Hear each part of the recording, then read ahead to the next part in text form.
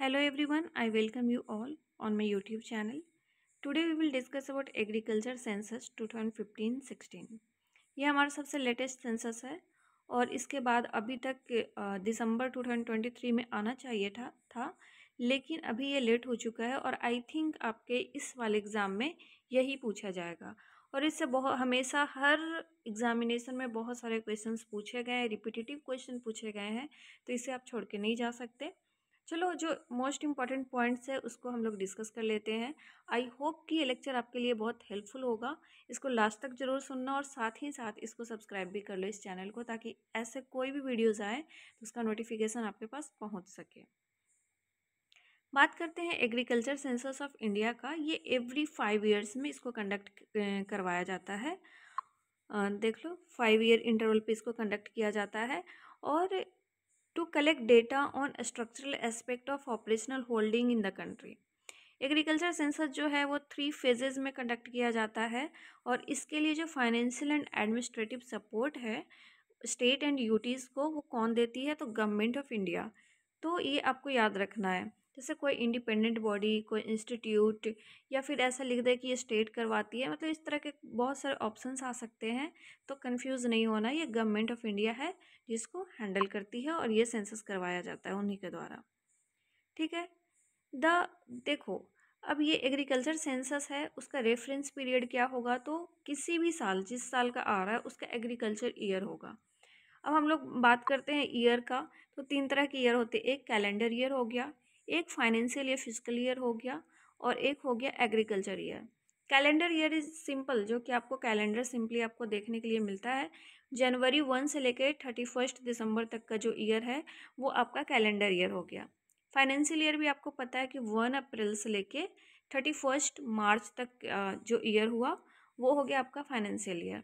लेकिन जो agriculture year होता है वो जुलाई से लेके जून तक, मतलब कि 1 जुलाई से लेके 30 जून तक ये होता है, वो आपका होता है एग्रीकल्चर ईयर। ठीक है। इसका कहने का मतलब ये हो कि जो खरीफ सीजन से स्टार्ट करते हैं हम एग्रीकल्चर ईयर को। चलो, ये याद रखना। जो सबसे पहला कम्प्रिहेंसिव एग्रीकल्चर सेंसस कंडक्ट हुआ था वो कब हुआ था? तो 1970-71 में हुआ था। इसे भी थोड़ा याद रख लेना।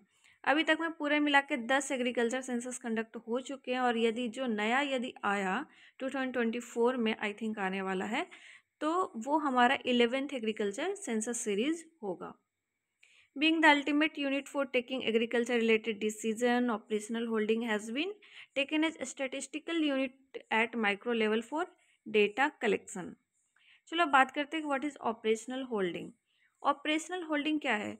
All land which is used wholly और partly in agriculture production and is operated as one technical unit by one person alone और with other without regard of the title, legal form, size and location.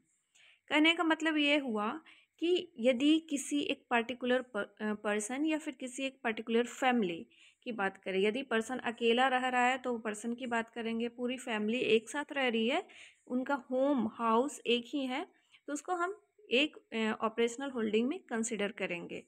ठीक है। जैसे इसको समझाने के लिए मैं बोलूँ कि लाइक मेरे फैमिली में 4 मेंबर है, मैं, मेरे father, mother, brother and me.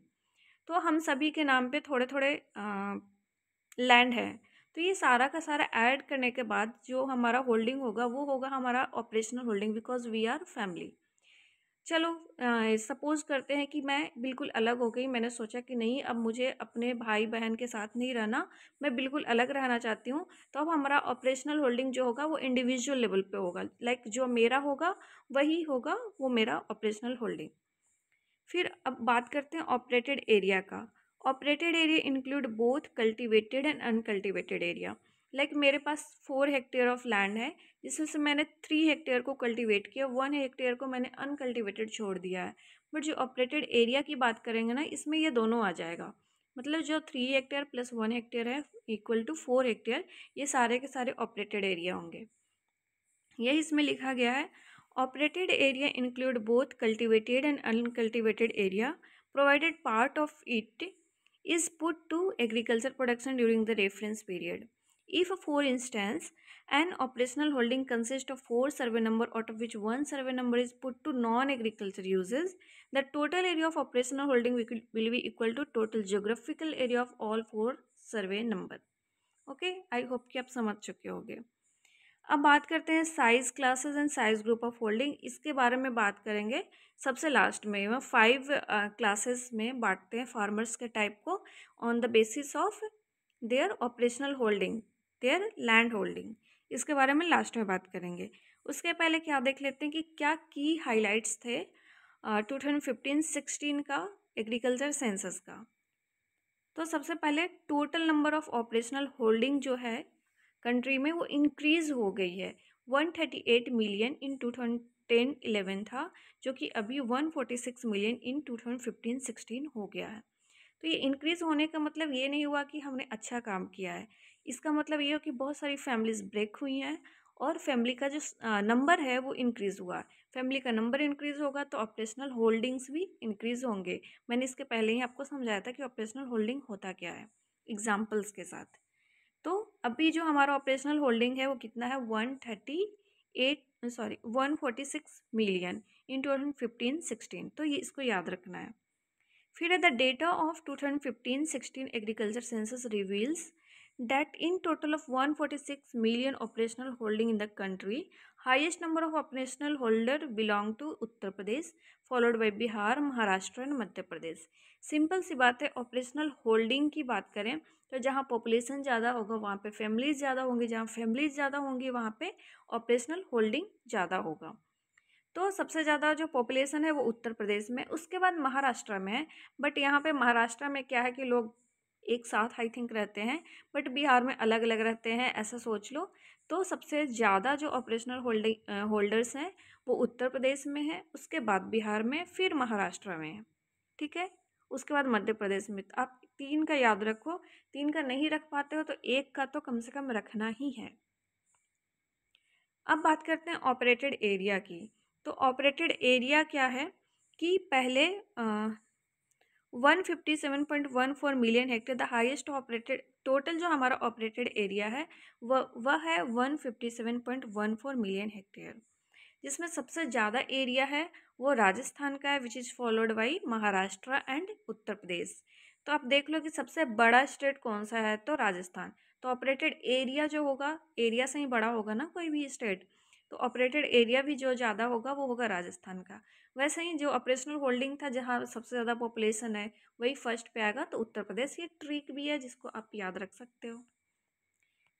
At all India level, percentage increase in the number of operational holding in 2015-16 as compared to agriculture census 2010-11 worked out to 5.33% among state.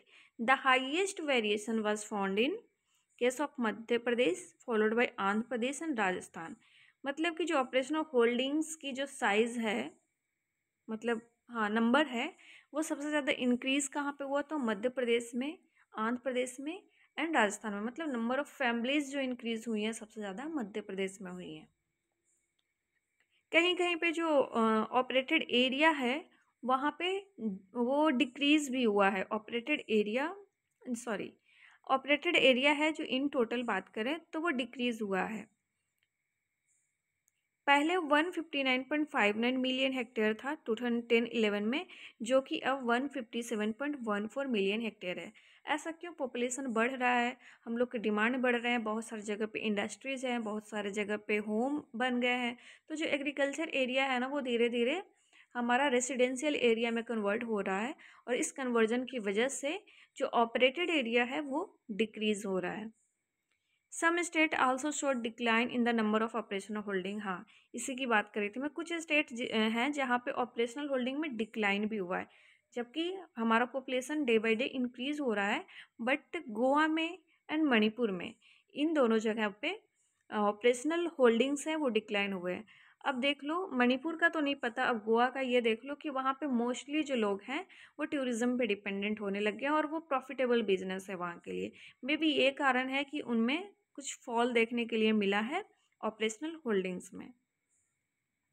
As per agriculture census 2015-16, Out of 36 state and union territory in the country, it was found that 14 state, जो कि जिनका नाम यहाँ पे दिया गया है, for about 91% in terms of number of operational holding and 88% in term of area operated in the country.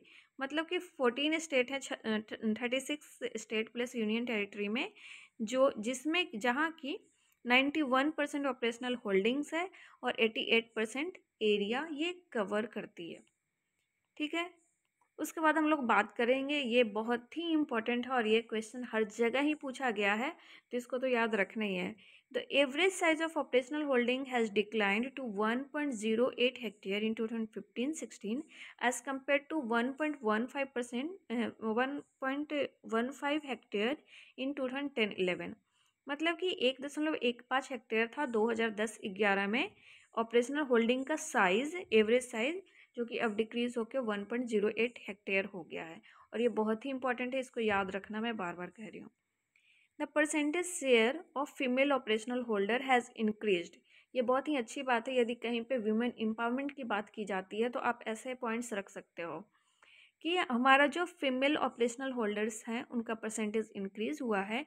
2010-11 में 12.79% वुमेन थी जो कि ऑपरेशनल होल्डर्स थी, वो इंक्रीज होके 13.87% हो गया है 2015-16 में। ये बहुत ही इंपॉर्टेंट डेटा है, इसको आप याद रखेंगे।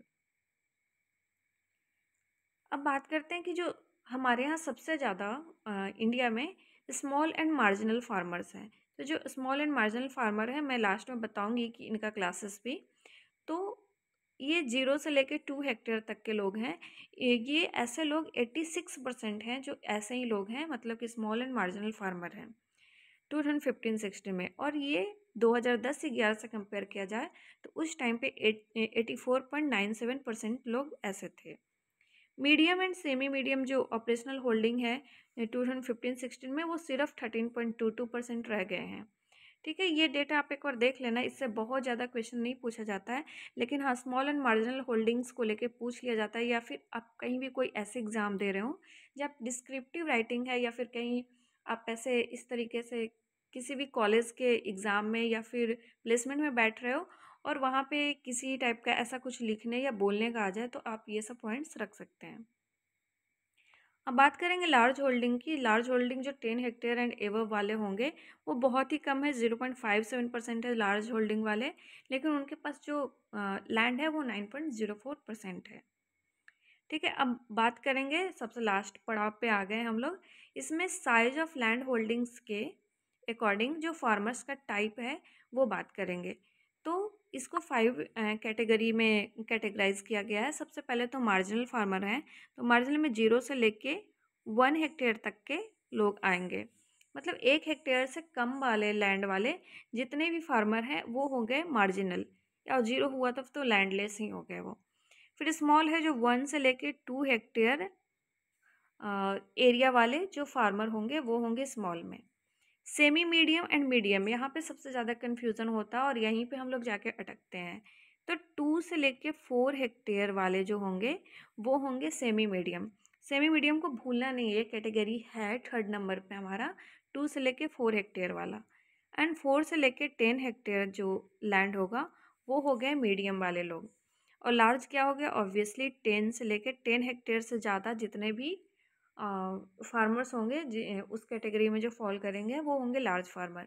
और ये बहुत ही इंपॉर्टेंट है, इसको तो याद रखना ही है। इसको याद रखे बिना आप कुछ नहीं कर सकते, कुछ नहीं कर सकते इन द सेंस कि ये क्वेश्चन बहुत बार पूछे जाते हैं, और यदि आपने ये क्वेश्चन गलत किया है मतलब कि जो आउट क्वेश्चन था उसको आपने गलत कर दिया है। तो यदि आपको ये लेक्चर पसंद आया हो तो इसको प्लीज़ लाइक करो, इस चैनल को शेयर करो, सब्सक्राइब भी करो, ताकि ऐसे कोई भी वीडियो आता है तो आपके पास नोटिफिकेशन पहुंच सके। और अपनी तैयारी कंटिन्यू रखो, कोई भी डाउट आता है तो पूछो, हमारे टेलीग्राम चैनल पे ज्वाइन करो या फिर यहीं पे कमेंट करो, हम लोग हमेशा ऑलमोस्ट सारे लोगों का जवाब देते हैं। Thank you so much.